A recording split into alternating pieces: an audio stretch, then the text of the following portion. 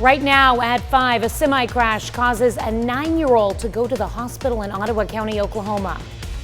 We saw some thunderstorms last night across the area. The good news is we're a lot calmer this morning. In fact, we're going to be turning cooler. We're going to talk about that coming up.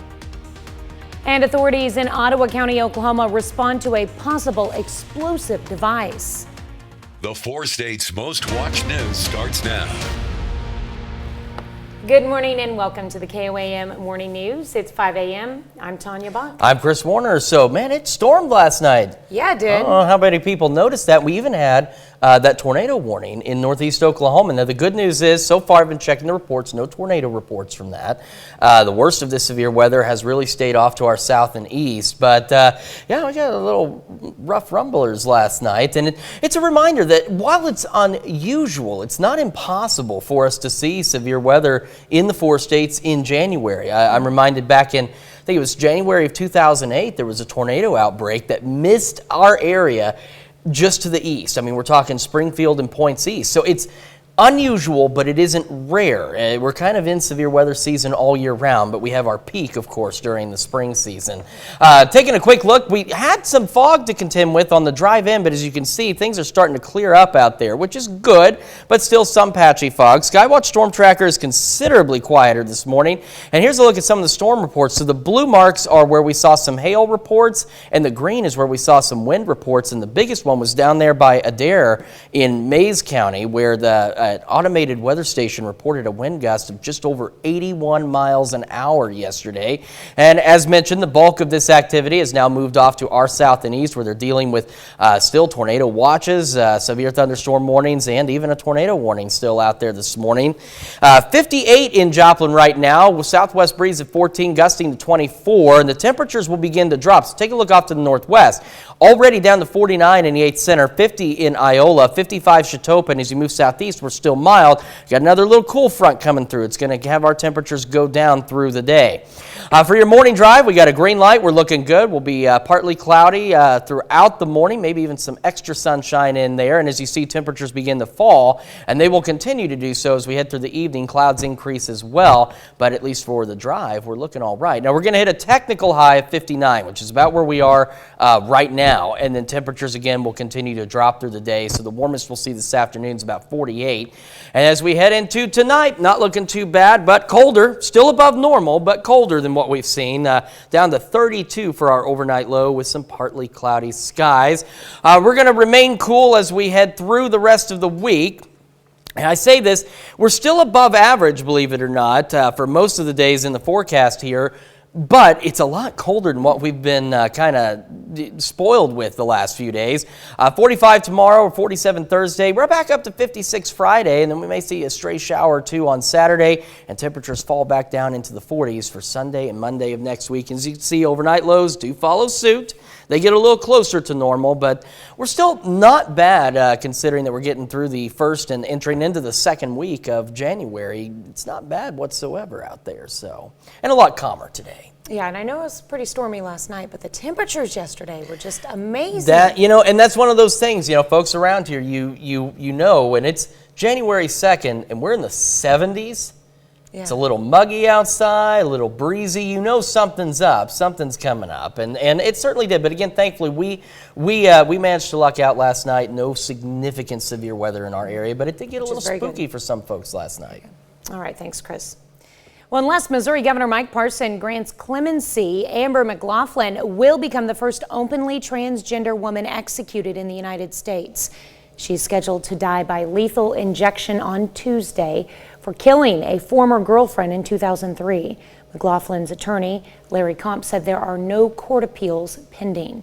According to the Anti-Execution Death Penalty Information Center, there's no known case of an openly transgender inmate being executed in the U.S. before. The only woman ever executed in Missouri was Bonnie B. Hetty, put to death on December 18, 1953 for kidnapping and killing a 6-year-old boy. On Monday, police in Ottawa County, Oklahoma responded to a single car crash involving a semi on County Road 150. They say 43-year-old Scott Hieronymus was driving too fast while the roads were wet. Semi-truck then turned left and fell to its side. Hieronymus suffered minor lacerations on his arms, but a 9-year-old was pinned in the passenger seat and suffered head injuries. The child was taken to a hospital. No word on the severity of the injuries. Authorities in Ottawa County, Oklahoma, receive a call about a possible explosive device in Fairland. It was located at 16869 South 125 Road. According to the Ottawa County Sheriff, it was not an explosive device, and they're still trying to figure out where the materials in the case came from, but they say there is no ignition source and there was no danger. The Oklahoma Highway Patrol took possession of the items. That's a look at this morning's top stories and weather in our first 7 minutes. Coming up on the KOAM Morning News, it was rivalry night for PSU and MSSU in basketball as the Lady Lions and the Lady Gorillas take each other on. We'll have more on this game in sports. Plus, the university is offering a course for students where they do nothing. Would you take it? And are your kids in front of a screen too much? The ultimate question. We'll have tips on how to help them cut back.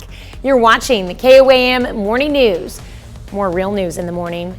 We'll be right back. Well, last night was rivalry night for Pitt State Missouri Southern basketball. The Lions welcomed the Gorillas into Joplin in their first of 2 scheduled meetings this season. On the women's side, it's a good one. The Lions are 12-1 and ranked 9th in the nation. Pitt State 9-3 coming into the night. It's tight in the first. Lacey Stokes banks it off the glass. Game high 28 points for Stokes. Then Tristan Gegg finds Aaron Davis for the quick release 3. Pitt State is up 1 after 1. Davis scores 10 with 6 assists. Gorillas keep the pressure on. Sydney Holmes knocks down the corner 3. Holmes scores 12. Gorillas up 5 at half. They come out strong in the third. Harper Schreiner hits one from deep. 11 points, 10 boards for the freshman. And it's Grace Pyle from the other side. She drops 17, going 4 for 8 from 3. Fourth quarter, Corinna Gerber, another huge game, 20 points and 10 rebounds. Lions make it close, but Pitt State takes down Southern 87-79. I just felt we were on it from the tip. We just came out high energy. We never got down. They went on their runs. They had some good buckets go in late, and I just thought we stayed together really well, and we hit some big shots down the stretch. And obviously, I got to shout out Harper Schreiner, man. Offensive rebound after offensive rebound. She kept us in the game, that possession, and, you know, we just cover each other's backs, and I think that's what made this win so special. To the men's game, Pitt State head coach Jeff Boschee facing his former team for the first time since leaving Southern last March. Winston Desiso, dominant in the first, sinks the corner 3. Then, same spot, he knocks down another. Drops a team high 18 points. Later, he's going to pass it off to Martin McInnes. Little reverse lay-in. Lions on a roll, up double digits. Still in the first, Vincent Sigmund gets himself free, lays it in. Lions up 42-28 at half. Sigmund scores 13. In the second, in quick transition, Sigmund flips it back to Avery Taggart, 11 for Taggart. Missouri Southern earns its 4th straight win, rolling by Pitt State 84-63. At the Division I level, Kansas Jayhawks are up 1 spot to number 3 in this week's AP national rankings.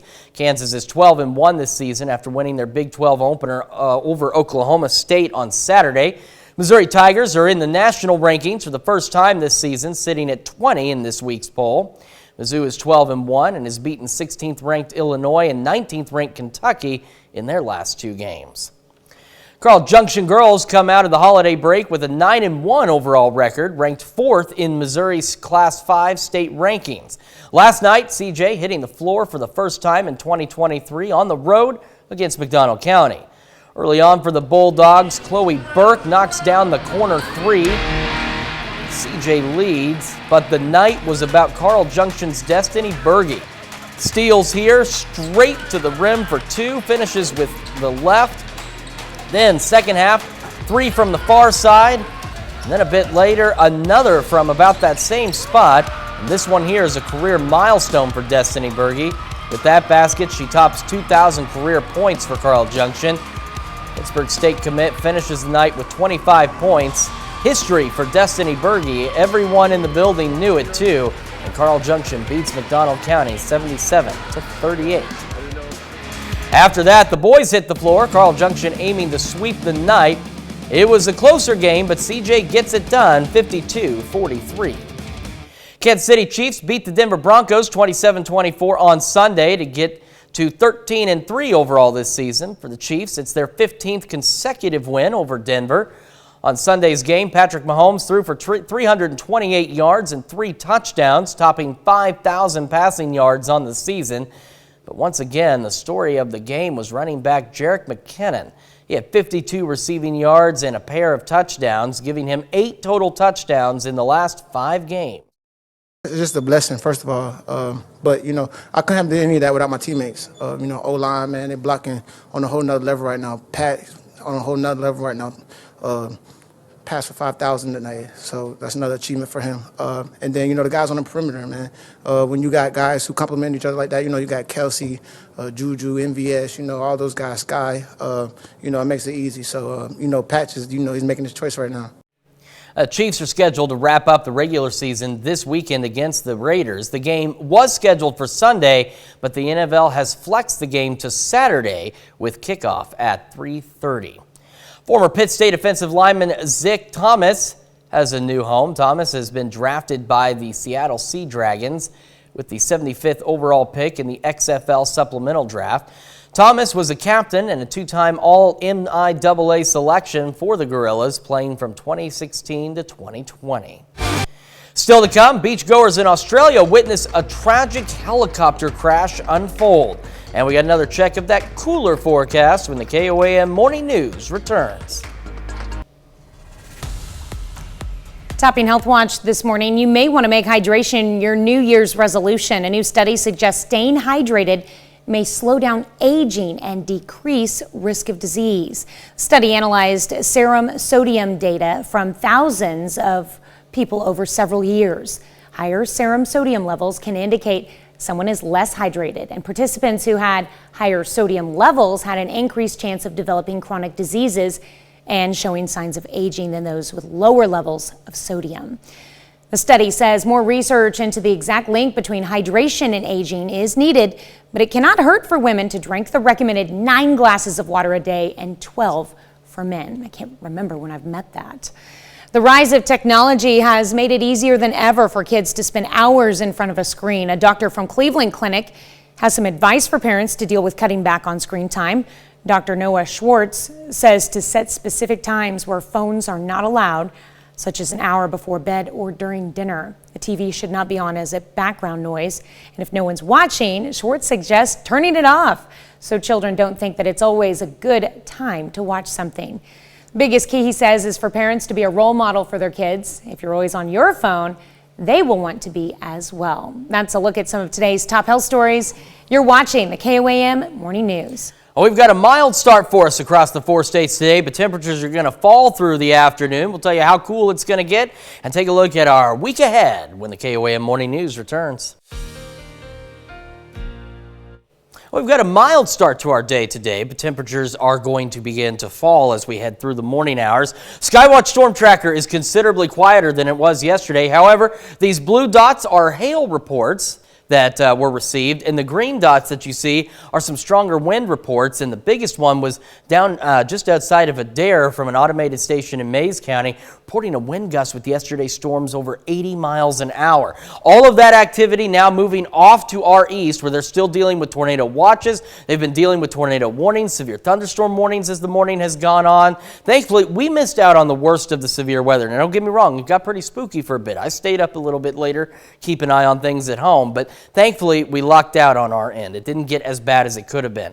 58 is where we are in Joplin right now. Southwest breeze at 14, gusting to 24. And again, those temperatures will begin to fall. In fact, if you look off to the northwest, already starting to do so. Yates Center, 49, 50 Iola, and you get 54 Chetopa, 55 Miami, 58 in Neosho and Carthage. But again, as we progress through the morning, those temperatures will drop. MoDOT camera at I-44 and Range Line looking good for your morning drive. We have a green light. We're going to be all right. tonight. So mostly clear to partly cloudy skies, temperatures falling through the morning. Same situation as we head into the afternoon, a green light. We could see some gusty winds upwards of about 20-25 miles an hour, but thankfully nothing too crazy.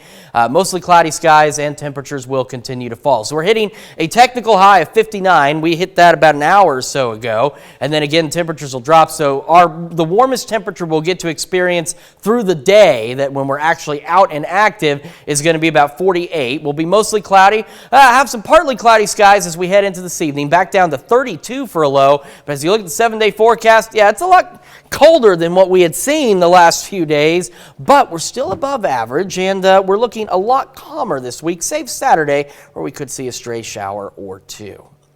Well, mental health challenges have been a growing problem on college campuses in recent years. A new Doing Nothing course is aiming to help students relax, unplug, and slow down.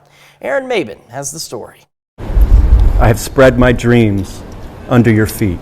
Poetry, pillows, peace. When the blackberries hang swollen in the woods, in the brambles nobody owns. It is hard to feel stress while inside this Lawrence University classroom. Tread softly, because you tread on my dreams. I don't remember the last time someone read poetry for me or the last time I read poetry. I also took a nap, which, was totally permitted in the class, and I'm glad it was. Because my body speaks to strangers. Those mesmerizing words, the catnaps, a soothing crochet creation. Not the reason why Diego Leon and his classmates signed up for this unique course. While he waits for a herring boat to come in. It seemed very unusual, so I really wanted to make space to do nothing. That is exactly what this class is called, Doing Nothing. The blue and the dim. This came from conversations that colleagues and I have been having for the last couple of years. Whatever you guys need. Professor Constance Kasser is its creator. We're seeing students being stressed out all the time. Mental health challenges have been a growing problem on college campuses in recent years. Doing Nothing helps students relax, cold, unplug, dark, slow down. Deep, it teaches students self-care. The title of Doing Nothing is a little bit misleading in the fact that we're actually doing quite a lot. Every week is a little bit different. Classes have focused on Tai Chi, meditation, good sleeping habits, and more. There's no homework, no reading, no final exam. When I started reading the curriculum, it's like, oh, about time. It was definitely overdue, especially since the bombardment of social media. We talked with doctors Himanshu Agrawal and Cassie Ferguson at the Medical College of Wisconsin about how this course could benefit students today and for years to come. If you should dip your hand in. Giving students the tools they need to continue those practices beyond that hour that they have together. And it's really creating a community. There's a clarity that comes with sitting still and allowing your mind to be quiet. Dr. Agrawal is a child psychiatrist. Dr. Ferguson has improved access to mental health services at the medical college.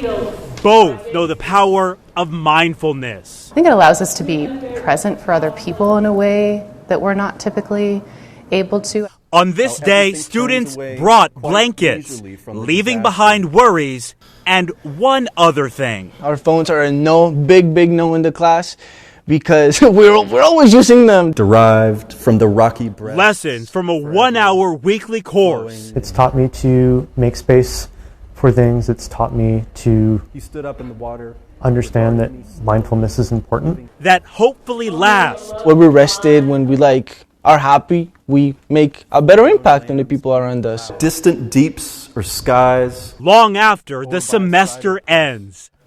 That brings us to our question for you this morning. Do you plan on going back to school this year? Yes or no? We want to hear from you. Make sure you vote through our website, through our app, and of course take part in the discussion on our Facebook page. We're back with more right after this. Right now at 5:30, a semi crash causes a 9-year-old to go to the hospital in Ottawa County, Oklahoma. A much calmer start for us today, and we're starting off somewhat mild, but temperatures are going to fall through the day. We'll talk how cool it's going to get and what the week ahead looks like coming up. And students are returning to school. One school district is making sure its teachers are prepared for the upcoming semester. The 4 states' most watched news starts now.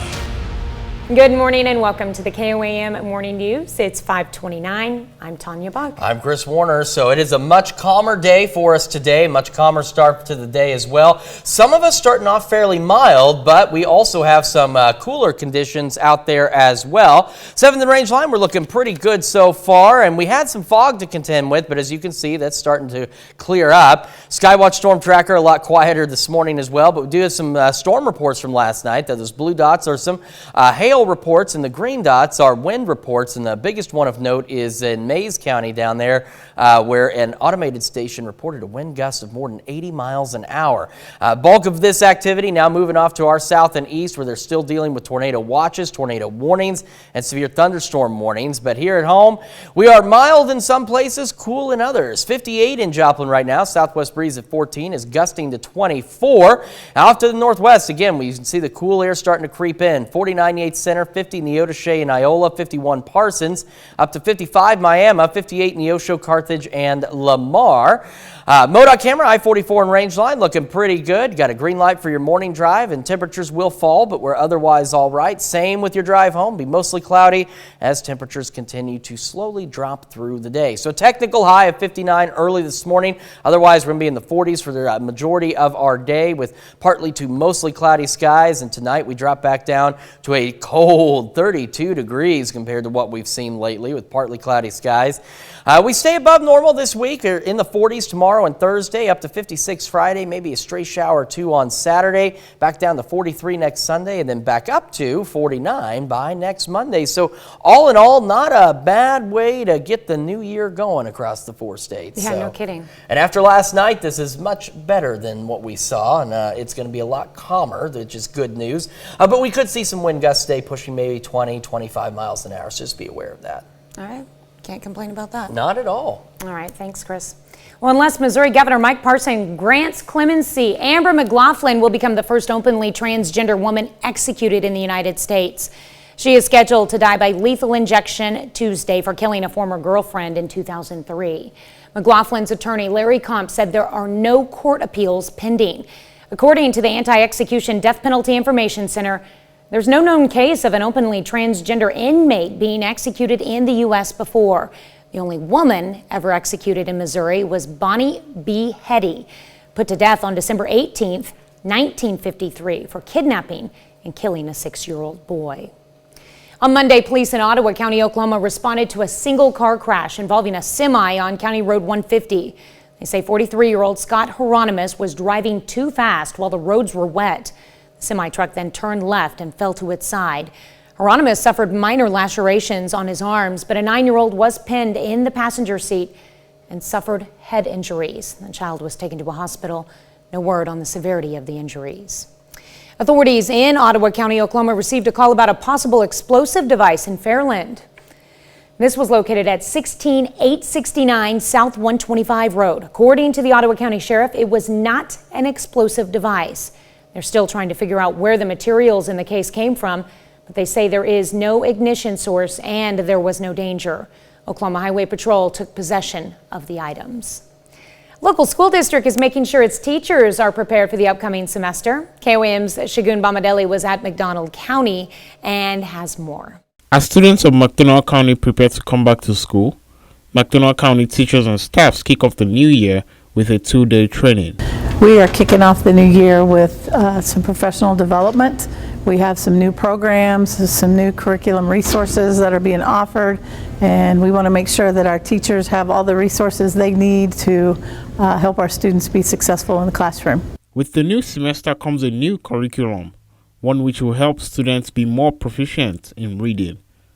And then we're implementing a new Reading Horizons program, which focuses on phonics and phonemic awareness for our K-5 students, and teachers are getting some training in how to approach that in the classroom to help our students who struggle to read.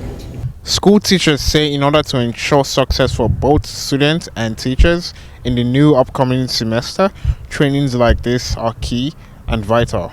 A lot of what we do today is look at the curriculum that we have in place, see if there's any updates that we need to make, curate materials, and then also a big priority for us going into this semester and of course into the next school year is making sure that we have a common way of putting our information together so that can also be available to the public as needed. Well, I think as a community we're very large, and so professional development is important for all of us to be able to link arms and join together and provide the best we can for our students. This particular training is very welcomed as a district as a whole. We want to equip ourselves as best as possible to be able to teach our students the fundamentals of reading, and this is a great program. Reporting in McDonald County and welcoming you to a new year. Shagun Mamdele, KOAM News. And we welcome Shagun as well to the new year.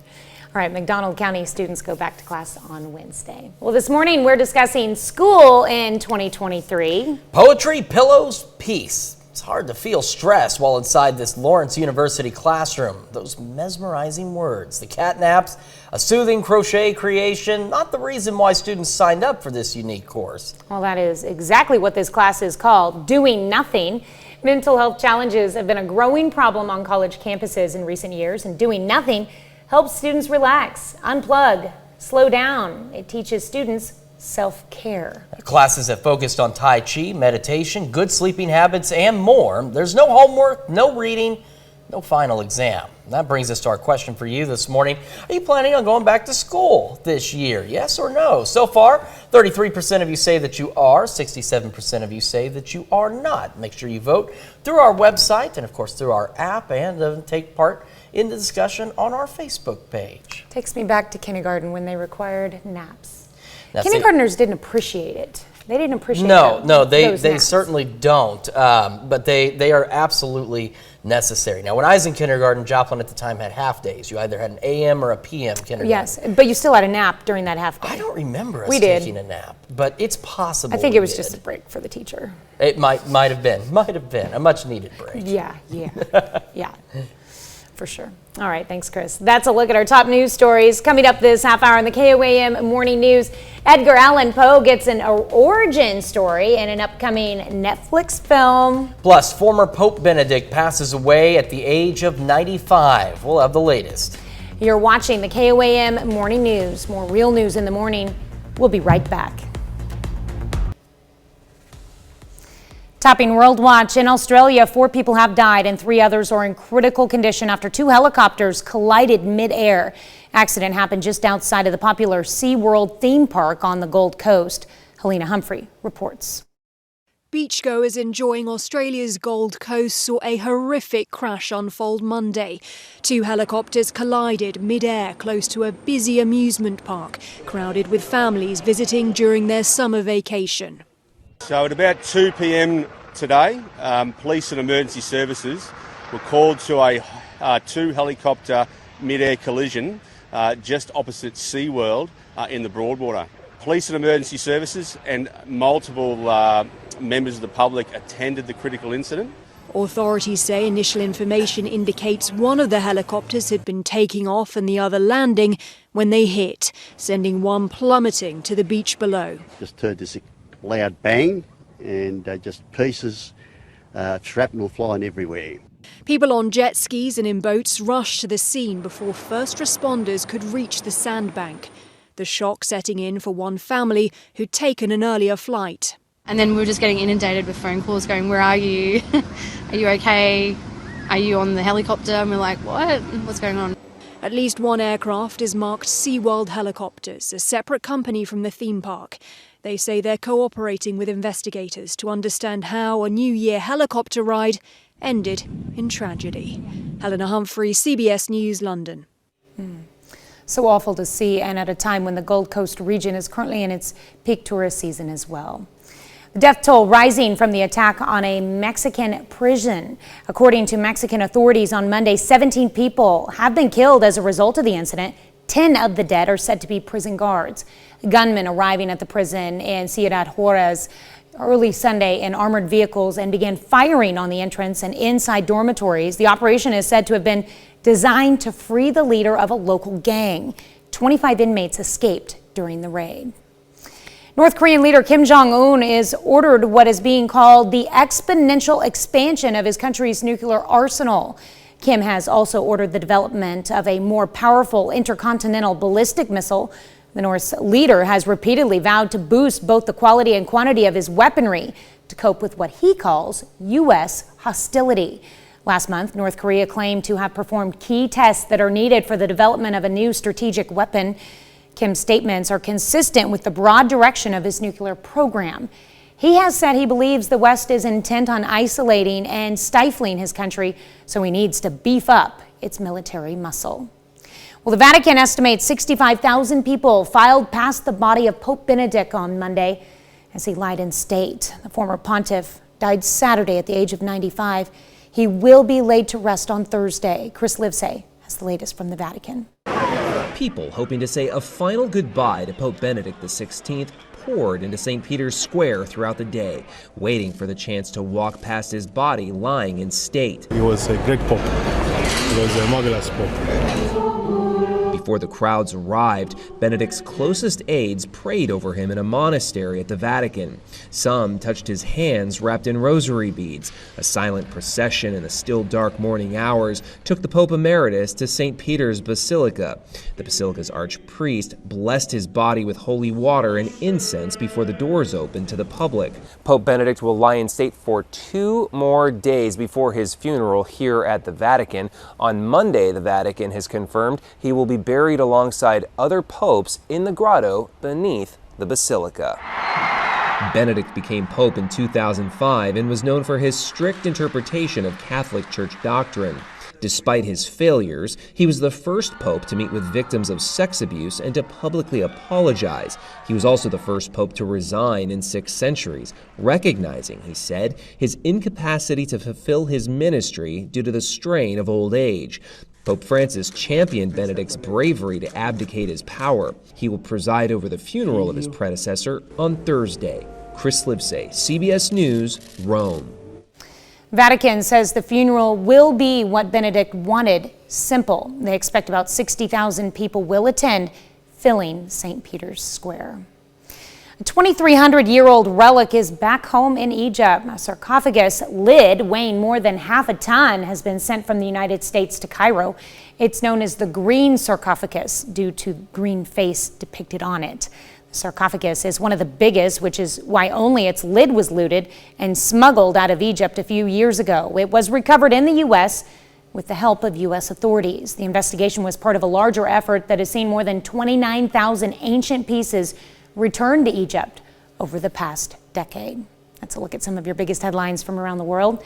Here's Chris with another look at your forecast. Yeah, Skywatch Storm Tracker is considerably quieter at the local level than what it was last night, so that's good news for us across the area. The other good news is, while we did see some storm reports, we didn't see any significant damage reports or anything across the region, which is good.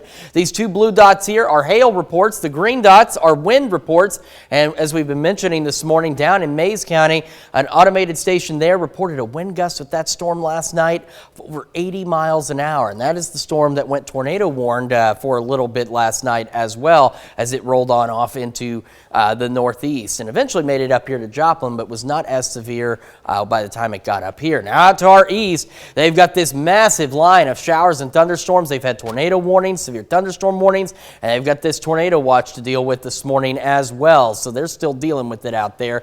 We are mild in Joplin to start the day, but temperatures will start to fall as we go through the afternoon, or the morning hours rather. So that wind is southwest at 14, gusting to 24. And if you look off to our northwest, you can see places again like Yates Center, Iola, Chanute, Neodesha, Sedan, Independence, Parsons. It's temperature starting to drop as we get a little cooler. And as you head southeast, Miami, Neosho, Monette, Carthage, it is a little bit warmer, but these cooler temperatures will overspread the entire area. MoDOT camera at I-44 and Range Line looks good so far. We got a green light for your morning drive. You can see the temperatures falling through the day, but otherwise not bad weather-wise. And same for the drive home. Not bad weather-wise, mostly cloudy, and temperatures continue to fall. We'll spend most of our day today in the 40s. We're down to up to 59 for an early high. That was a couple hours ago. Then temperatures will just hover really through the 40s as they fall through the day, down to 38 by 8. We're a lot colder tonight than what we have seen over the last few days, what we've been kind of spoiled with. But believe it or not, even at 32 degrees, that's still above normal for this time of year. So, hey, we'll take it. Could be a lot worse this time of year, especially compared to what we saw a couple of years ago. gosh, with everything going on, has it been a couple of years? I guess it has been a couple of years with that Arctic blast in February. This is nothing quite like that, so that's all right. Partly cloudy tonight. Skywatch Storm Tracker, we stay pretty quiet for the next several days. It's not until Saturday where we could see a few showers out there across the region, which we'll take a look at on the 7-day. We're down to 45 tomorrow, 47 Thursday, 56 Friday. It's not bad. 47 Saturday, maybe some morning showers out there. Down to 43 Sunday. As we head into Monday, we're back up to 49. And as we look down the road, not bad, still above average, back into the 50s by the middle of next week. And we'll see, as you can take a look at here, some pretty calm conditions over the next several days. We got a lot more of the KOAM Morning News right after this. Here's a check of today's top headlines, the news you need to know before you head out the door. Unless Missouri Governor Mike Parson grants clemency, Amber McLaughlin will become the first openly transgender woman executed in the United States. She's scheduled to die by lethal injection Tuesday for killing a former girlfriend in 2003. McLaughlin's attorney, Larry Comp, said there are no court appeals pending. According to the Anti-Execution Death Penalty Information Center, there is no known case of an openly transgender inmate executed in the U.S. before. The only woman ever executed in Missouri was Bonnie B. Hetty, put to death on December 18, 1953 for kidnapping and killing a 6-year-old boy. On Monday, police in Ottawa County, Oklahoma responded to a single-car crash involving a semi on County Road 150. They say 43-year-old Scott Hieronymus was driving too fast while the roads were wet. The semi-truck then turned left and fell to its side. Hieronymus suffered minor lacerations on his arms, but a 9-year-old was pinned in the passenger seat and suffered head injuries. The child was taken to a hospital. No word on the severity of the injuries. Authorities in Ottawa County, Oklahoma received a call about a possible explosive device in Fairland. It was located at 16869 South 125 Road. According to the Ottawa County Sheriff, it was not an explosive device. They're still trying to figure out where the materials in the case came from, but they say there is no ignition source and there was no danger. The Oklahoma Highway Patrol took possession of the items. McDonald County School District announces the appointment of a new superintendent. Dr. Eric Finley has more than 25 years of experience in education in a variety of roles, ranging from teaching to coaching in several mid-Missouri schools. Finley replaced Dr. Mark Stanton, who has served as superintendent of McDonald County Schools for 13 years. Dr. Finley begins his tenure as McDonald County School Superintendent July 1st of this year. That's a check of today's top headlines, the news you need to know before you head out the door. A new film coming to Netflix features Harry Potter series actor Harry Melling as a young Edgar Allan Poe. Rick Damagella has a preview of The Pale Blue Eye. Is it true?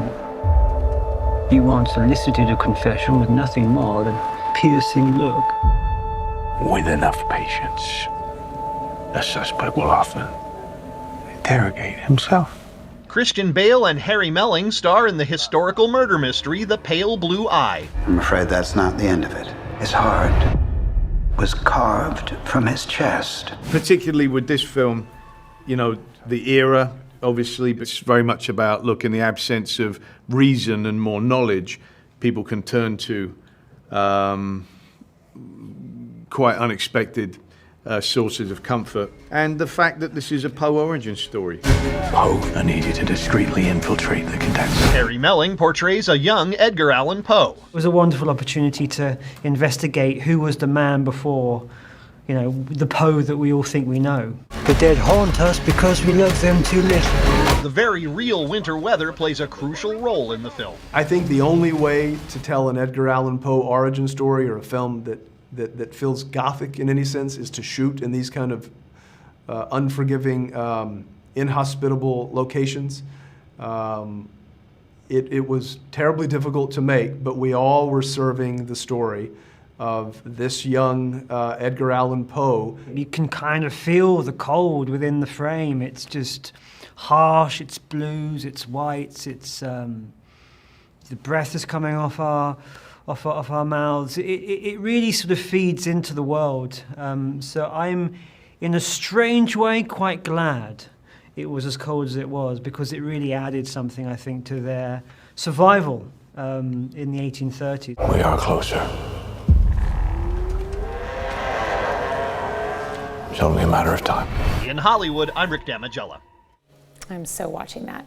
We'll be right back with another check of your forecast after this. All right, so we hit an early high this morning of 59. So that's our technical high for today.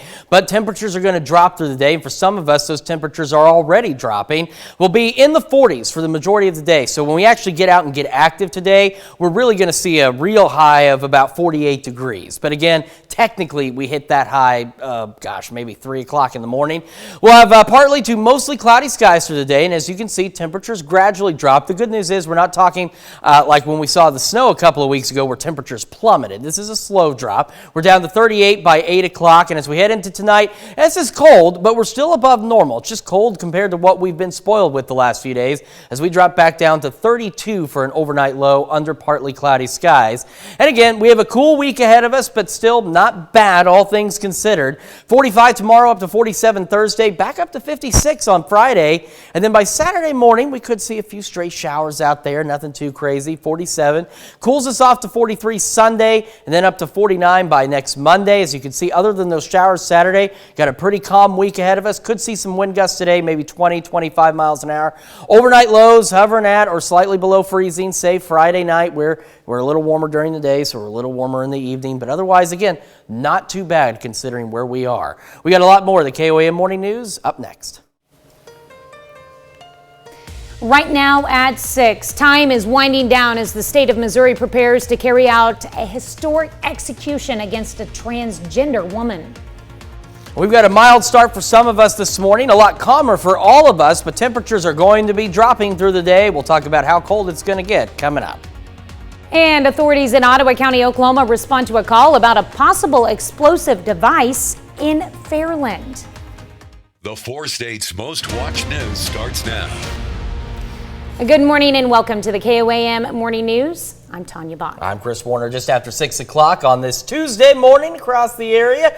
We had a bit of a spooky night last night for some of us. We had the tornado warning in northeast Oklahoma. We had some tornado watches out there. Just a reminder that even though it's January, we still can get severe weather here in the 4 states. So, of course, our peak severe weather season is during the spring, but we can see it just about any time of the year. And this was just a little reminder of that, that you don't want to let your guard down at any point. In fact, we saw some storm reports, a couple of hail reports out to the east there in the blue, and then those greens are wind reports. And again, down by Adair, Oklahoma, automated station reported a gust over 80 miles an hour with that storm last night. Now all of that's shifting off to our east where they've been dealing with several severe thunderstorm warnings. They've got tornado watches and even some tornado warnings at this hour of the day out there.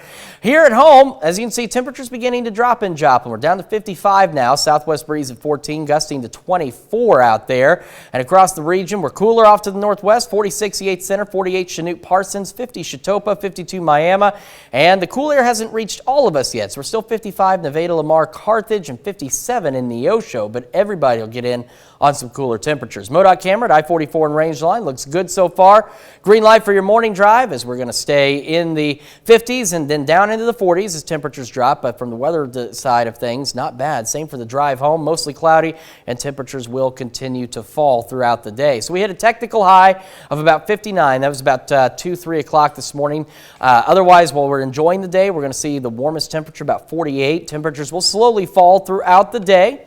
We'll have mostly cloudy skies, maybe a few extra peaks of sun in there. And we could see winds gusting upwards of, say, 20, 30 miles an hour. Otherwise, not too bad. Then cold tonight, but again, above average, 32 for our overnight lows. We'll experience some partly cloudy skies this evening. And I checked that 7-day forecast. It's cooler. We have been spoiled the last few days, but again, for this time of year, it could be worse. The 40s tomorrow and Thursday, up to 56 Friday, maybe a stray shower or two Saturday morning, 43 Sunday, and we're back up to 49 by next Monday. And of course, overnight lows a little bit on the chilly side as well. But again, considering that we're going through the first week of January and entering the second week, things could be a lot worse. It could be a lot colder here in the 4 states. So I think we'll take this. It's not bad. Yeah, I mean, yeah, last weekend was amazing, but oh my gosh, yeah, it was I mean, we've had the complete opposite the week before, so somewhere in a happy medium we can handle. It's winter. Yeah, and isn't that so wild? This past weekend, we were pushing 70 degrees. What was our high yesterday? That is an interesting piece of information. I know we reached about 71, 72, and if I'm not mistaken, we also broke a record yesterday as well. So we broke a record, I think it was last Friday or Thursday. I've slept since then, but then we broke another record. So we go from record highs, and then a week prior we were in the freezing cold out there. It's crazy. Welcome to the Forest Days. Exactly. Welcome to 2023. All right, thanks, Chris. Amber McLaughlin could become the first openly transgender woman executed in the United States. She's scheduled to die by lethal injection Tuesday for killing a former girlfriend in 2003. McLaughlin's attorney, Larry Comp, said there are no court appeals pending. The decision rests with Missouri Governor Mike Parson to grant clemency or not as a final recourse. According to the Anti-Execution Death Penalty Information Center, there is no known case of an openly transgender inmate executed in the U.S. before. The only woman ever executed in Missouri was Bonnie B. Hetty, put to death on December 18, 1953 for kidnapping and killing a 6-year-old boy. A crash in Ottawa County, Oklahoma finds a juvenile pinned in the passenger seat. On Monday, police in Ottawa County, Oklahoma responded to a single car crash involving a semi on County Road 150. They say 43-year-old Scott Hieronymus was driving too fast while the roads were wet. Semi truck then turned left and fell to its side. Hieronymus suffered minor lacerations on his arms, but a 9-year-old was pinned in his passenger seat and suffered head injuries. Child was taken to a hospital. No word on the severity of the injuries. A bomb scare brings the Oklahoma Highway Patrol to Ottawa County. It was located at 16869 South 125 Road in Fairland. According to the Ottawa County Sheriff, it was not an explosive device, and they are still trying to figure out where the materials in the case came from. But they say there is no ignition source and there was no danger. The Oklahoma Highway Patrol took possession of the items. McDonald County School District welcomes a brand new superintendent. Dr. Eric Finley has more than 25 years of experience in education in a variety of roles ranging from teaching to coaching in several mid-Missouri schools. Finley replaced Dr. Mark Stanton, who has served as superintendent of McDonald County Schools for 13 years. Dr. Finley begins his tenure as McDonald County School Superintendent on July 1st of this year.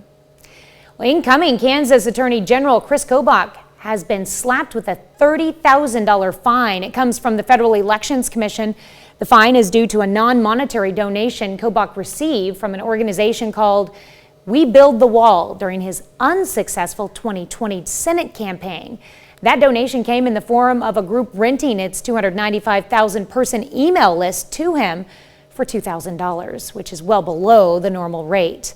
We Build the Wall raised funds to build a private border wall.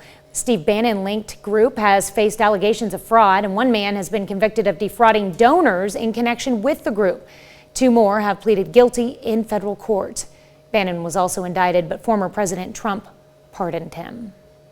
Congress gets ready to begin the new session, but it does so with a House divided. While Republicans assume majority control of the House, it is still unclear who will lead the GOP into 2023. Kevin McCarthy has secured the majority of his party's votes to support his bid, but it may not be enough to fight off a challenge from the far right wing of his party. McCarthy met again with his caucus last night to try and shore up support, this after making some concessions on House rule changes. Coming up later in the show, we'll have more on the upcoming House session. That's a look at this morning's top stories and weather in our first 7 minutes. Coming up on the KOAM Morning News, authorities in Moscow, Idaho make an arrest in the murder of 4 college students. We'll have the latest. And the number of cases of type 1 diabetes appears to be on the rise in America. But the FDA recently approved a drug that may buy high-risk individuals years of health. You're watching the KOAM Morning News. More real news in the morning. We'll be right back. Topping Nation Watch this morning, a Buffalo Bills player was rushed to the hospital after collapsing during the NFL's Monday Night Football game. Bills safety Damar Hamlin collapsed on the field while playing against the Cincinnati Bengals. Hamlin had just made an open field tackle on Bengals wide receiver T. Higgins. When he stood up, and then fell to the ground. An ambulance was brought out on the field. ESPN reports Hamlin was given CPR before being taken out of the stadium. He is being treated at the University Hospital in Cincinnati, and at last check was listed in critical condition. We're learning new details about the suspect arrested in the brutal killings of 4 University of Idaho students. The 28-year-old Brian Christopher Koberger, who is in a Pennsylvania jail, is expected to waive his extradition rights today. Danya Bacchus reports on how investigators tracked him down. Brian Koberger could be in an Idaho courtroom within 72 hours after his appearance in Pennsylvania tomorrow. He's facing first-degree murder charges for the November 13th stabbing deaths of 4 University of Idaho students. The police department believes that the person we have in custody, which would be Koberger, is the one who's responsible for these crimes. Law enforcement sources say forensic analysis allegedly linked him to the murders. Cece Moore is an expert on DNA testing. In a very personal, intimate, violent crime like this one, it's virtually impossible not to leave your DNA behind. We have such sensitive equipment now. You could leave behind touch DNA, and that could be enough to perform this type of analysis. The 28-year-old was arrested Friday at his parents' home in eastern Pennsylvania. Koberger's attorney told CBS News that his client's father flew west about a month after the murders for a pre-planned cross-country road trip. The pair then drove in a white Hyundai Elantra, the same make and model spotted near the crime scene. Kaylee Gonzalez's family says the arrest brings them comfort. This is the first bit of joy that we've had in close to 7 weeks. We hope they picked the right guy, and that gives us hope, and we haven't had hope for a long time. Koberger's family released a statement saying they pray each day for the families of the victims and that they will continue to let the legal process unfold. For now, the motive and whether the suspect knew the victims is still a mystery. Probable cause affidavit is under seal until the suspect arrives in Idaho and is served an arrest warrant. That's a look at a few of today's top national stories. Here's Chris with a look at your forecast. Yeah, we are a little cooler off to the northwest, like Yates Center, Chanute, Neodesha, Sedan, Parsons, but you head to the southeast and temperatures are a wee bit on the warmer side. However, we're all going to get in on some colder air across the region as the day progresses. In fact, temperatures are going to drop throughout the day. We're going to talk about how cold it's going to get. Don't panic. We're not talking an Arctic plunge. And we'll talk about what the week ahead looks like when the KOAM Morning News returns. Topping Health Watch this morning, the American College of Physicians is now recommending a class of drugs known as biphosphonates for the initial treatment of osteoporosis in men and postmenopausal women. Researchers say the drugs can help reduce fractures, but advise against using them for more than 5 years unless there is a strong indication to continue treatment. A new study conducted in California prisons finds COVID-19 vaccines and boosters can limit the severity of the virus even in places where many people are getting infected. During a 6-month period, among inmates with an 81% vaccination rate, researchers identified more than 22,000 COVID cases, but reported only 31 hospitalizations and no deaths. And researchers at Washington University School of Medicine have identified proteins made by stem cells that can help treat and prevent eye injuries linked to dry eyes. People with dry eye disease are more likely to suffer an injury to their cornea. And this study targets a new way to regenerate the cornea after injury. About 2 million Americans have type 1 diabetes, once called insulin-dependent or juvenile diabetes. The number of cases is rising. The FDA recently approved a drug to delay the onset of symptoms for people at high risk. Dr. John LaPook shows us how the treatment could buy years of health without the need for insulin. From an early age, Anna Ferguson saw how type 1 diabetes affected her older sister, Kate. I knew that I would never want to experience what she was going through. In type 1 diabetes, the immune system mistakenly destroys insulin-producing cells in the pancreas. When Ferguson was 5, blood tests showed she had certain antibodies that meant her risk of developing diabetes over the next 5 years was about 75%. As she hit that age 12 and her blood sugar started to go out of whack, then it was kind of, all right, now what are we going to do? That's when Ferguson's parents enrolled her in a clinical trial led by Yale University immunologist Dr. Kevin Herold. It's an intravenous infusion of a specially designed monoclonal antibody called Tzield. Instead of half of the people developing diabetes in 2 years, half of the people developed diabetes in 4 years. When you saw those results, what was your reaction? I was hoping it would be even longer, but any time without diabetes is a gift. Dr. Harold says a breakthrough in diabetes treatment is long overdue. We have better insulins, we have methods of delivering it that have advanced significantly, but it's never as perfect as your own pancreas in making insulin. While she was earning her degree at the University of Maine, Anna Ferguson's blood sugar became too high again, so she traveled to New Haven for a second round of Tzield infusions. Side effects have been relatively mild. Even if it doesn't buy her more time without insulin, the family is grateful for the gift she's already received. I feel incredibly lucky and, holding out hope that it works. The list price of a single course of therapy is $193,000. But consider this.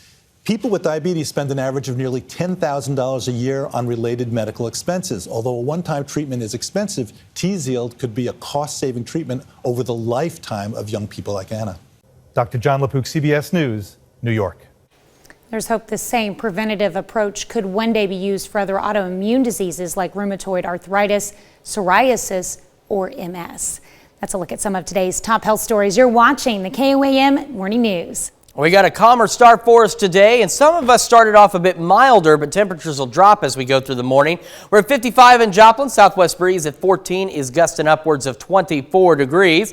And across the area, you can see where the colder air is starting to sneak in. We have 46 Yates Center, Iola, 47 Parsons, 50 Chautauqua, and then down to the southeast, it's still a little bit warmer, 57 Carthage and 55 Monette, Neosho, Anderson, and Cassville. But all of us getting in on this cooling trend. MoDOT camera, I-44 and range line, we're looking good so far. Got a green light weather-wise for your morning drive. As you can see, the temperatures will slowly fall through the day. We'll be mostly clear to partly cloudy for the morning, and as we head into the afternoon, still a green light, otherwise mostly cloudy skies, and again, temperatures falling slowly. So we're not talking like we saw a couple of weeks ago where temperatures plummeted. This will be a slow drop through the day. So we hit a technical high of about 59 degrees. It was about 3 o'clock this morning. Otherwise, maximum temperature this morning is going to be about 48 when we're out there to enjoy it all. And then again, slowly dropping through the day, and then we'll be back down to 38 by 8 o'clock tonight. And as we head into this evening, it's a cold one ahead of us, 32 degrees for the overnight low, but still could be a lot worse. We'll have clouds slightly decreasing. We'll be left with a partly cloudy night for us. A cool several days ahead of us, but still not bad. 45 tomorrow, 47 Thursday, up to 56 Friday. Maybe some morning showers Saturday and 47, 43 by Sunday, and we make it to 49 by next Monday, and overnight lows again on the chilly side, but things could be a lot worse. We got another half hour of the KOAM Morning News right after this.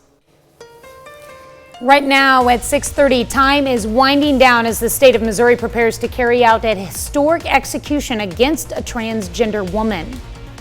And we've got a calmer day for us as we start our Tuesday, but we've also got a cooler day for us. Talk about those temperatures coming up.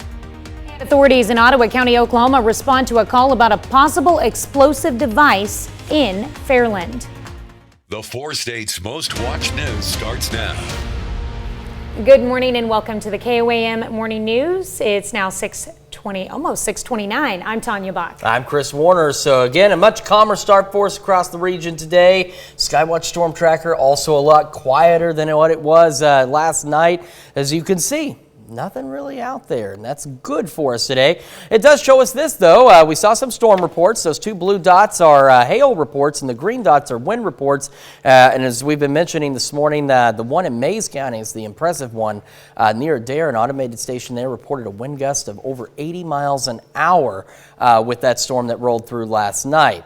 All that activity is pushed off to our east, where they've got a tornado watch. As you can see, it stretches over a pretty significant area out there. They've been dealing with severe thunderstorm warnings and tornado warnings as the morning has progressed across the east. Thankfully, this system out of our hair for now. 55 degrees in Joplin, southwest breeze at 14, gusting upwards of 24. Got some cooler air working its way in, starting to off out in southeast Kansas. 46 Yates Center, Iola, Neodesha, 47 Parsons, 52 Miami, and 55 Neosho and Monette. And all of us getting in on some cooler weather as the day progresses. MoDOT camera, I-44 and range line looks good. Got a green green light for your morning drive. It'll be mostly clear, partly cloudy skies. And as you can see, temperatures begin falling this morning. They do so slowly, but they will begin to fall, and they'll continue to do so this evening. Otherwise, a green light for your evening drive, as will be mostly cloudy, and again, temperatures slowly dropping. Hit a technical high of 59 degrees. That was about 3 o'clock this morning. And then again, temperatures will begin to fall throughout the day, down to 38 by 8 o'clock under partly to mostly cloudy skies. As we head into tonight, same situation, partly to mostly cloudy skies. Temperatures continue to fall back down to 32 for an overnight low. So that's going to feel darn cold compared to what we've been spoiled with over the last several days, but still could be worse this time of year. In the 40s tomorrow and Thursday, up to 56 Friday, maybe some morning showers on Saturday, and 47, 43 by Monday, and as we head in, 43 by Sunday, 49 Monday, and then take a look as we head through next week. Still fair weather across the area, some chilly overnight lows, but daytime temperatures not too bad for the first and second weeks of January. All right, well, a lot of changes coming our way, so. Yeah, and again, this still time of winter. It's supposed to be cold. Yeah, it is. And today, just a quick reminder, we could see some wind gusts, say 20, 25 miles an hour, but it shouldn't be too crazy, shouldn't be too bad out there. Is in the 40s average for high? The 40s are average. We should be a little cooler than what we're actually seeing. Same with our overnight lows. They should be more into the mid to upper 20s, and our highs should be in the lower to mid 40s. So we're pretty close to average for the next several days, just slightly above here and there. There you go. All right, thanks, Chris. Well, Amber McLaughlin could become the first openly transgender woman executed in the United States. She is scheduled to die by lethal injection Tuesday for killing a former girlfriend in 2003. McLaughlin's attorney, Larry Comp, said there are no court appeals pending. The decision rests with Missouri Governor Mike Parson to grant clemency as a final recourse. According to the Anti-Execution Death Penalty Information Center, there is no known case of an openly transgender inmate executed in the U.S. before. The only woman ever executed in Missouri was Bonnie B. Hetty, put to death on December 18, 1953 for kidnapping and killing a 6-year-old boy. A crash in Ottawa County, Oklahoma finds a juvenile pinned in the passenger seat. On Monday, police in Ottawa County, Oklahoma responded to a single car crash involving a semi on County Road 150. They say 43-year-old Scott Hieronymus was driving too fast while the roads were wet. The semi truck then turned left and fell to its side. Hieronymus suffered minor lacerations on his arms, but a 9-year-old was pinned in his passenger seat and suffered head injuries. The child was taken to a hospital. No word on the severity of the injuries. Well, a bomb scare brings the Oklahoma Highway Patrol to Ottawa County, located at 16869 South 125 Road in Fairland.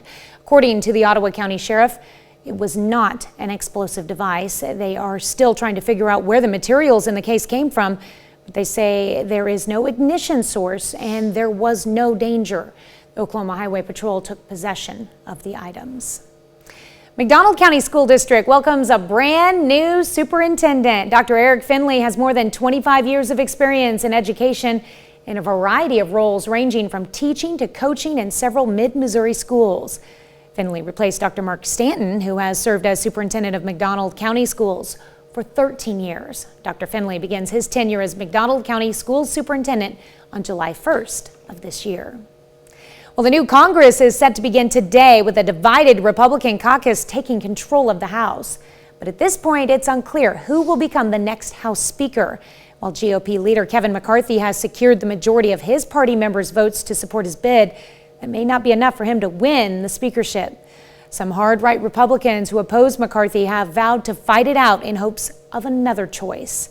Skylar Henry has more. Hope you all have a very nice week. Republican leader Kevin McCarthy's battle to become the next Speaker of the House intensified overnight. We don't know how this speaker vote is going to turn out. There is genuine uncertainty. In a tweet, Republican Congressman Andy Biggs claimed McCarthy is short of the required 218 votes needed to secure the gavel, and added that he will continue to oppose McCarthy for House Speaker. Virginia Congressman Bob Good voiced a similar sentiment while on Fox News Monday. It's worth it to fight for a few hours or even a few days to get the best possible person for Speaker instead of just surrendering to the status quo. McCarthy met with members of his caucus again last night to try to shore up support after making concessions on several House rule changes.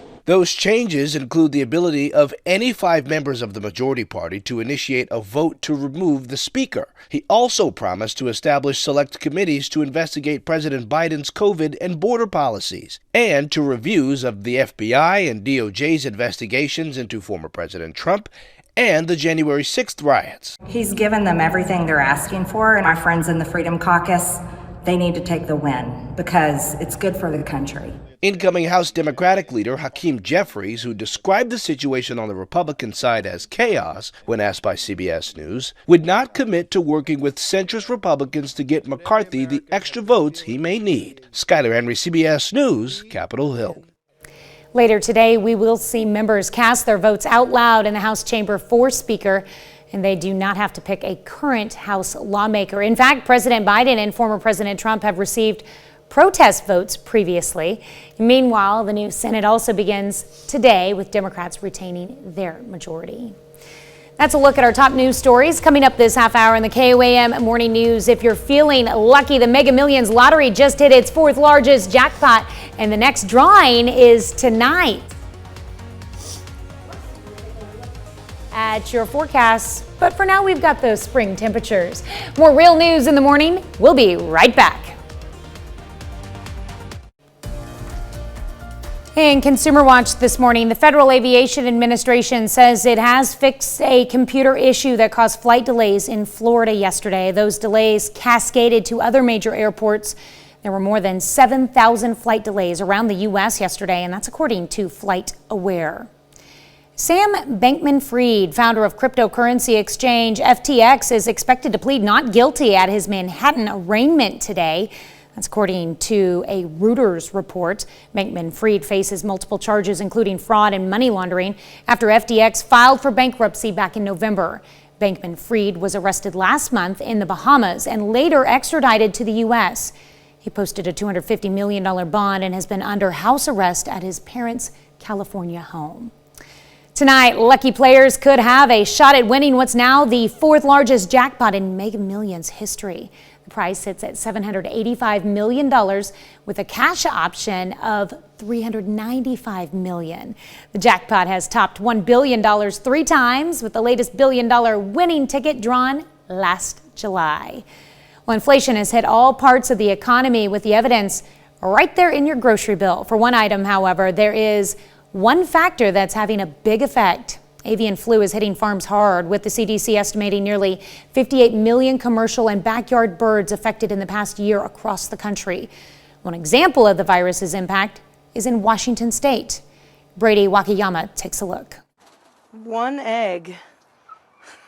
A disappointing result, but a common occurrence for many farms across the state. The avian flu has definitely impacted us. A challenge Chelsea Kerrigan, the owner of Red Barn Farm in Redmond, has been taking on since May of 2022, when the avian flu was first detected in the state. 1 wild bird coming into their chicken run, and next thing you know, 10 birds, 20 birds, 30 birds, they're just dropping dead. Kerrigan says they had to shut down agritourism in fear of the flu coming to her farm.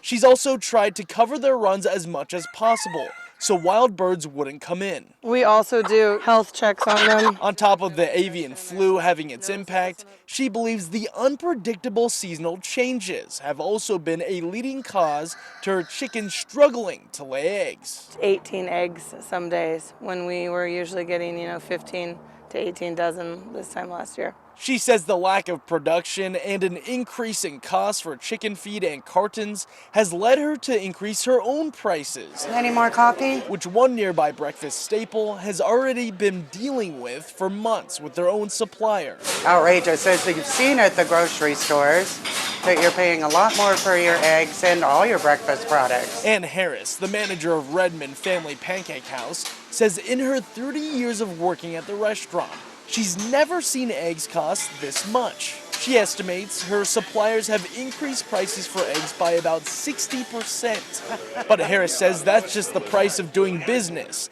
and it's much better to have eggs in-house than to be scrambling looking for them at the market. We hope that people continue to come in and eat the eggs.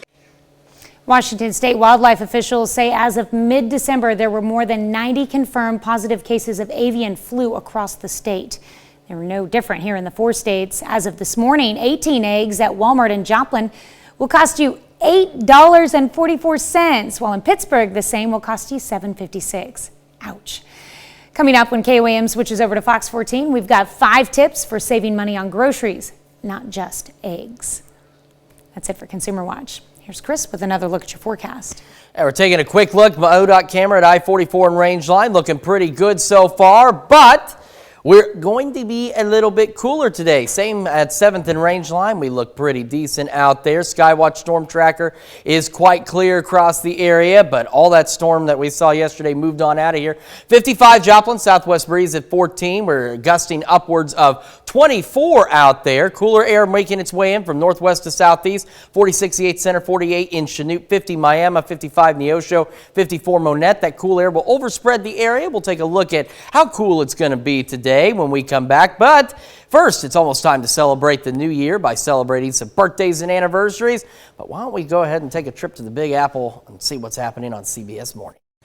I'm Adriana Diaz. Coming up on CBS Mornings, if healthy eating is among your New Year's resolutions, we'll have tips on how to identify processed foods and replace them with healthier alternatives. That's coming up on CBS Mornings. All right, time for some birthdays on this Tuesday morning. We begin in Girard with Bowen Burke celebrating birthday number 2. Happy birthday, Bowen. All right, and we've got Wyatt Hernandez celebrating birthday number 11 this year. Wyatt is getting lots of love from Mom, Dad, Ryder. His birthday was actually Monday, not today. Sorry about that. That's all right. We've also got Jack Lusker over in Frontenac celebrating birthday number 18 with love from Mom, AJ, Delaney, and your dad. Happy birthday, Jack. All right, Jarek Bond turning 19 years old this year. Jarek is in Humboldt, Kansas. His birthday was also Monday. Love coming from his grandparents for this year. And we've got Macy Gray celebrating birthday number 22 in Columbus. Macy, happy birthday. Josie Ridnour is celebrating birthday number 24 this year in Pittsburgh. Love you from all the family. And Amber Alloway in Parsons celebrating birthday number 43. Happy birthday, Amber. In Frontenac, Matt, your parents are wishing you happy birthday. Matt Frankenberry is turning the big 5-0. And we've got Mark Peterson over in Liberal celebrating the big 6-0 today. Mark, happy birthday. All right, and Miss Phyllis Almond is celebrating a birthday in Chanute, Kansas. Hope it's a great one, Phyllis. And we've got Lena Royster celebrating in Galena. Happy birthday, Lena. All right, here's our boy, Mr. Shannon Becker, Joplin News First multimedia journalist, celebrating a birthday. We won't tell you which one, but it's today. It's one of them. One of his birthdays is today. We've also got Gary and Bonnie Wells celebrating their 34th wedding anniversary in Joplin. Happy anniversary. All right, Garrett Mercer turning 30 years old in Arma, Kansas. Ben Jones celebrating number 39 in Frontenac. In Crestline, Dan Duncan celebrating birthday number 72. And Debbie Bunt celebrating in Baxter Springs. And let's see, we've got Beverly Ronmeyer celebrating a birthday in Columbus. And Jerry Krumsick celebrating a birthday over in Frontenac. Misty Sullivan in Columbus, happy birthday to you. And last but certainly not least, Pamela Marshall celebrating a birthday in Pittsburgh with love from your mom. Happy birthday and anniversary to all of you, and let's continue to make this list longer. And Tanya can tell you how you can help make this list even longer. Actually, I got one more birthday I probably should add. My little sister's birthday's today. Oh, yeah, can't forget the family. I gotta remind to give her a call. Happy birthday, sis. All right, you can easily submit your birthdays to either of those emails, birthdays with an S at KOAMTV.com or birthdays with an S at KOAMNewsNow.com. And while you're on our website checking out all the nice, cool things it does, you can also take time to sign up for the KOAM Birthday Club. Get yourself some great deals from local businesses, and you get a happy birthday message from your friends here at KOAM. Just head over to KOAMNewsNow.com, and sign up for the KOAM Birthday Club today. Well, coming up when the KOAM Morning News switches over to Fox 14, we're going to take a look at New Year's resolutions, exercising more, eating healthier, losing weight. These are the top 3 resolutions made, but many people tend to ditch these and other goals early into the new year. We've got some advice from the experts on how your pet may be your best source of support. That's coming up at 7 over on Fox 14.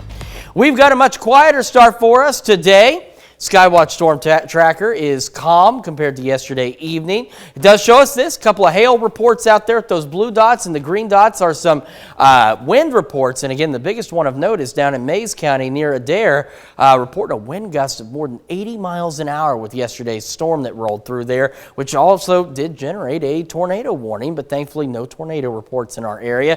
Out to our east, this system has really got its thing together. And as you can see, there's a tornado watch out there they're dealing with. They've been dealing with severe thunderstorm warnings and tornado warnings throughout the morning, and they're going to continue to do so as this system continues to move on off to the south and the east. Here at home, we're at 55 in Joplin, southwest breeze at 14, gusting to 24 out there, and cooler air making its way in.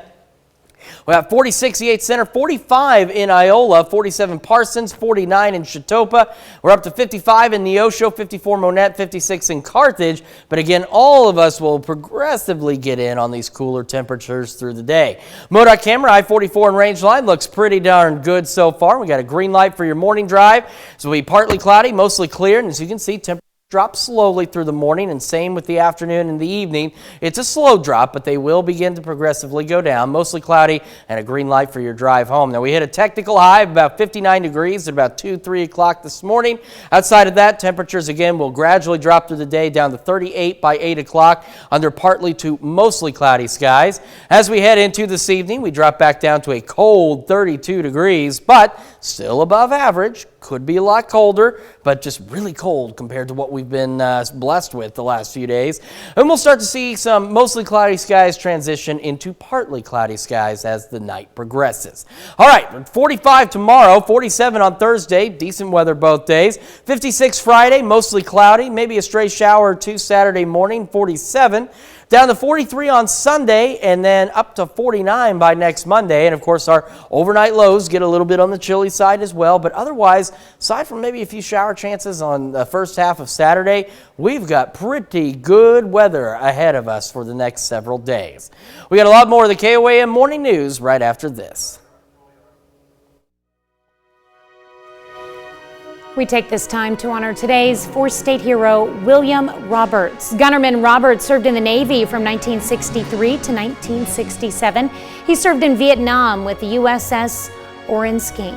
During his service, he earned the National Defense Medal, the Vietnam Combat Ribbon, and the Good Conduct Medal. A native of Carthage, Missouri, we thank you, today's four-state hero, William Roberts. Here's a check of today's top headlines, the news you need to know before you head out the door. Unless Missouri Governor Mike Parson grants clemency, Amber McLaughlin will become the first openly transgender woman executed in the United States. She is scheduled to die by lethal injection today for killing a former girlfriend in 2003. McLaughlin's attorney, Larry Comp, said there are no court appeals pending. According to the Anti-Execution Death Penalty Information Center, there is no known case of an openly transgender inmate executed in the U.S. before. The only woman ever executed in Missouri was Bonnie B. Hetty, put to death on December 18, 1953 for kidnapping and killing a 6-year-old boy. On Monday, police in Ottawa County, Oklahoma responded to a single car crash involving a semi on County Road 150.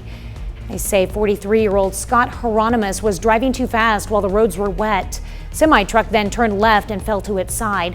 Hieronymus suffered minor lacerations on his arms, but a 9-year-old was pinned in the passenger seat and suffered head injuries. The child was taken to a hospital. No word on the severity of the injuries. Authorities in Ottawa County, Oklahoma received a call about a possible explosive device in Fairland. It was located at 16869 South 125 Road. According to the Ottawa County Sheriff, it was not an explosive device, and they're still trying to figure out where the materials in the case came from. They say there is no ignition source and there was no danger. Oklahoma Highway Patrol took possession of the items. That's a check of today's top headlines, the news you need to know before you head out the door.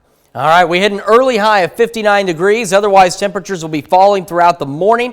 Down to 47 by noon, 43 at 5, down to 38 by 8 under partly to mostly cloudy skies. As we head into tonight, it's a cold one, but it could be a lot colder, so it's not too bad, I suppose. 32 for our overnight low, as will be partly to mostly cloudy skies. Taking a look at the next several days, we're cooler than what we have been. We'll be in the 40s up to 56 by Friday, and maybe a stray shower or two Saturday morning, and then we're back into the 40s Saturday, Sunday, and Monday, but otherwise not too bad across the area. Coming up today at noon, we're making easy English muffins in the Mr. Food Test Kitchen. And your morning news continues on KOAM with CBS Mornings. Nearly half of teens in the United States report being cyberbullied. Coming up on CBS Mornings, how to know if your teen is experiencing cyberbullying and when to intervene. Or you can switch on over with us on Fox 14, where your only local morning news continues. This morning, Charlene Patton makes her first stop of the new year to Studio K. And you know, she's bringing a fun and easy recipe for easy bread bowls. Sounds delicious. And we've got 5 tips straight from the experts on how you can save on groceries. That's going to wrap it up for us for now. We'll see you back here tomorrow morning at 5 a.m. And we're going to see you again today at noon.